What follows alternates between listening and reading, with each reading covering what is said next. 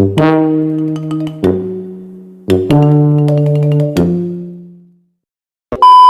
pagi. Ya, selamat pagi. Perkenalkan saya Dina Simatupang, satu konselor dari tempat ini. Boleh Anda mengenalkan diri Anda terlebih dahulu? Baik, perkenalkan nama saya Rahmadani. Saya dari Universitas Medan Area. Saat ini saya menempuh pendidikan di jurusan psikologi. Saat ini saya berada di semester 6. Jadi kira-kira apa yang membuat Anda untuk datang menemui saya di tempat ini? Saya datang ke tempat ini karena saya merasa sudah tidak menemukan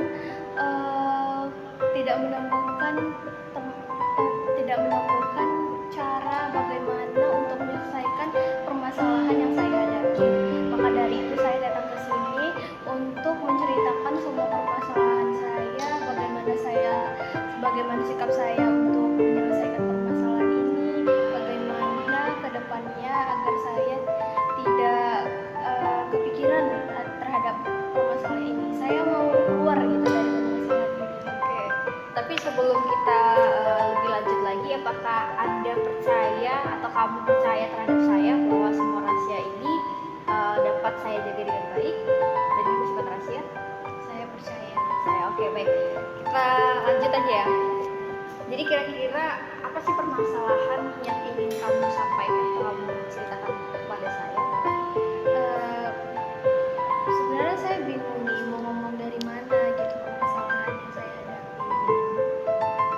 Cuman sih saat ini yang saya rasa ya, ibaratnya itu dibilang ngenes gitu, nyakitin banget ya.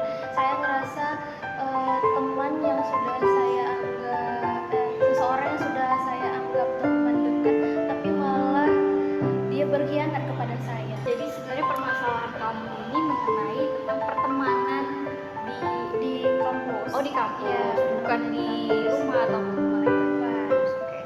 Jadi kenapa kamu merasa ngenes?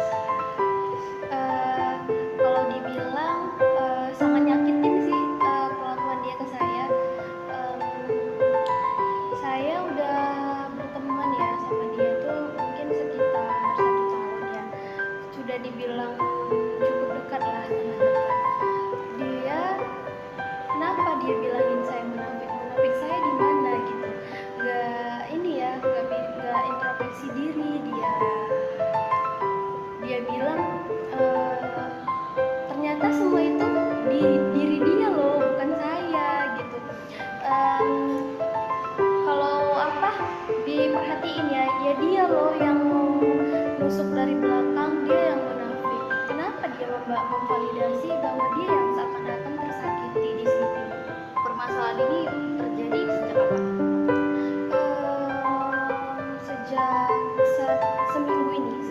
Oh, jadi baru-baru ini ya Baru-baru ini terjadi. masalah ini terjadi.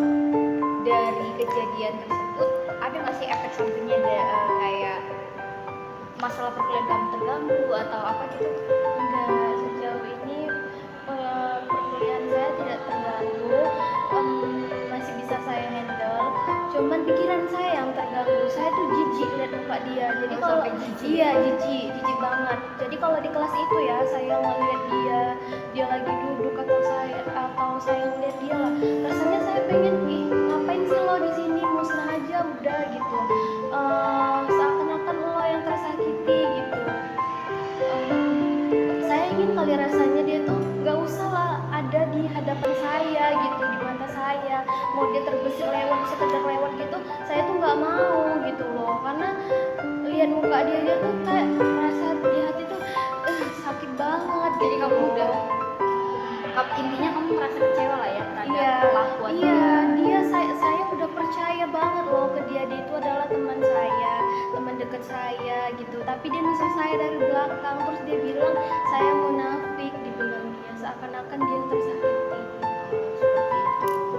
Apakah dari kejadian itu saudara masih mau berteman atau berinteraksi dengan dia?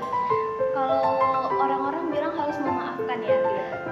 Sejauh ini dia belum minta maaf sama saya. Kalaupun dia minta maaf sama saya maafin. Tapi untuk berteman seperti dulu enggak. Tapi sebelumnya kan tadi saudara bilang sejauh ini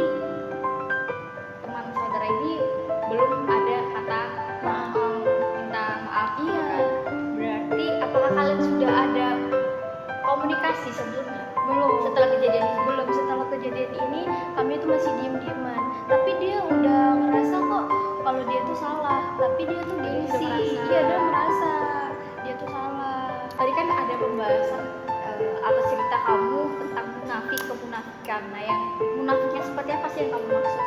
Ya, yang munafik yang saya maksud itu adalah dia di depan saya manis nih, bilang baik gitu kan, terus kalau minta tolong ya, seakan-akan tuh dia urgent banget nih kan, minta tolong ya udah saya tolongin gitu kan, terus keesokan harinya dia tuh minta tolong, saya nggak bisa nolongin dia gitu kan, terus dibilang dia dasar nggak bisa dimintain tolong, kata dia gitu. Apa ya,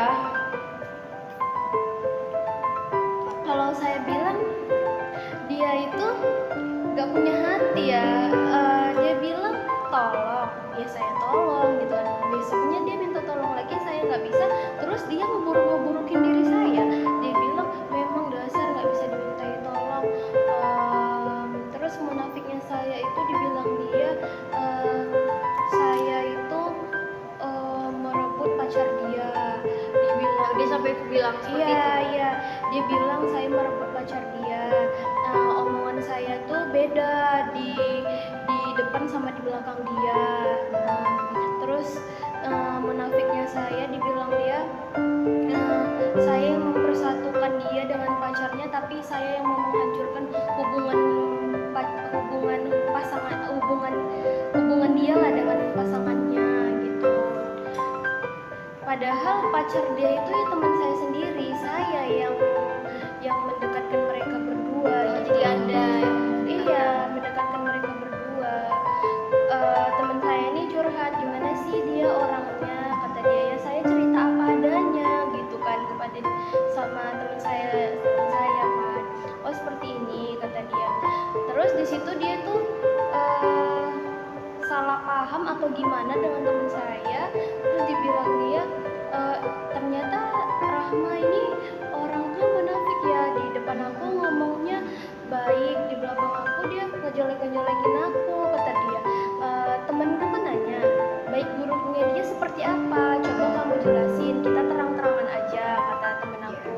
Baiknya temen aku ini seperti ini, buruk temenku ini seperti ini, ya kalau kalian sama-sama suka ya terimalah apa adanya. Saya bilang begitu apa adanya. Nah dia ya bilang Rahma ini munafik, lebih ngedetailin bahwa aku ini nggak baik gitu sama temen dia, kata dia. Jadi sebelum adanya kejadian ini, ada nggak sih konflik sehingga dia muncul pembahasan bahwa kamu munafik? Sejauh ini nggak ada. Konfliknya nggak ada. Sejauh ini nggak ada konflik ini muncul, kayak udah gini, konflik ini muncul sebelumnya nggak ada konflik ini muncul itu karena awalnya saya memperkenalkan dia dengan teman saya. Udah memperkenalkan terus kan teman saya nanya, coba dong kamu kasih tahu kebaikan dan keburukan dia apa. Nah, terus dari situ dia bilang Rahma ini munafik banget, dia di depan mendukung hubungan aku dengan dia, tapi di belakang kayak nusuk dari belakang, dia ini kayak gak suka aku sama temen dia, kata dia kayak gitu. Padahal inti pembahasannya itu temanku ini seperti ini baiknya, buruknya ini seperti ini, kalau kamu terima ya udah terimalah apa adanya, baik buruknya seperti itu kan. Kata temenku yang laki-laki ini kan dia salah paham doang gitu. Kalau salah paham seharusnya dia aku nih temen dekatnya loh, seharusnya dia datengin aku, Rahma cobalah kamu jelasin isi chattingan ini, kenapa kamu bilang seperti ini ke dia gitu. Jangan langsung dia itu buat story ya di Instagram, dia buat Oh, dia sampai sempat iya, sindir-sindir. sampai nyindir saya gitu, dibilang dia saya munafik, seakan-akan dia tersakiti. Emosinya bermain sekali ya, Iya saudara dong, ya. soalnya ini beritanya lagi sangat panas ya. Soalnya saya ngalamin ini baru seminggu ini gitu. Dia baru-baru ini ya, Iya, makanya baru-baru saudara ini. merasa seperti bom yang baru meledak gitu. Iya, karena mau kemana lagi gitu loh untuk menceritakan ini. Temen sekarang tuh menurut saya nggak bisa dianggap temen. Temen itu bisa jadi bumerang bagi kita sendiri sih. Ya contohnya ini, makanya saya nggak percaya, makanya saya larilah ke sini untuk konselor kepada ibu. Jadi permasalahan saudara hanya di lingkungan pertemanan dan ini nggak terlalu berdampak atau berdampak di perkuliahan? Berdampaknya itu tidak pada perkuliahan saya, tapi Tapi- berdampaknya di pikiran saya. Oh, terjadi di pikiran Iya, saudara gitu ya. karena saya tuh gini loh, nggak nyangka loh aku udah nganggap kau tuh temen dekatku, kau segininya ya ke aku, minta tolong yang mana yang kau nggak aku tolong, terus di saat sekali aja aku nggak bisa nolong kau buruk-burukin aku, kau jelek-jelekin aku di belakang gitu. Sejauh ini kan Anda bercerita kepada saya dan Anda tadi juga ada pembahasan bahwa belum ada komunikasi setelah kejadian ini. Nah, kira-kira kalau menurut saya nih ya, bisa nggak atau mau nggak saudara berkomunikasi dengan bisa disebut tersangka ini lah ya? Gitu. Ada nggak keinginan atau Nggak ada keinginan saya untuk menjelaskan kepada orang yang seakan-akan paling tersakiti, memvalidasi dirinya itu seakan-akan paling suci. tapi tujuannya ini kan supaya saudara tidak punya beban pikiran lagi akan permasalahan ini, supaya permasalahan ini cepat berakhir, walaupun ya kemungkinan pertemanan kalian bakalan renggang lah ya, bisa dibilang nggak sekompak dulu gitu kan. Tapi kalau misalkan nih kita masuk ke intervensi, saudara saya pertemukan atau kita atur jadwal untuk komunikasi, duduk bareng sama dia, apa saudara mau setuju? Demi untuk pikiran saya tenang ya. Iya. Sebenarnya saya sih masih ngenes gitu loh. Masih merasa Iya. saya paham. Iya. Anda merasa kecewa Iya. gitu. Keputusan Anda Keputusan saya seperti yang ibu bilang tadi. Jadi tujuan kamu ini kemarin untuk apa kalau nggak untuk menyelesaikan. ya, benar. Jadi keinginan saya ada sih untuk berkomunikasi dengan dia demi pikiran saya agar tenang gitu ya. Ada. Tapi untuk bertemu dengan dia untuk menjelaskan ini saya tuh udah ilfil gitu loh. Ilfil karena seakan-akan dia paling tersakiti gitu loh. Ilfilnya di situ.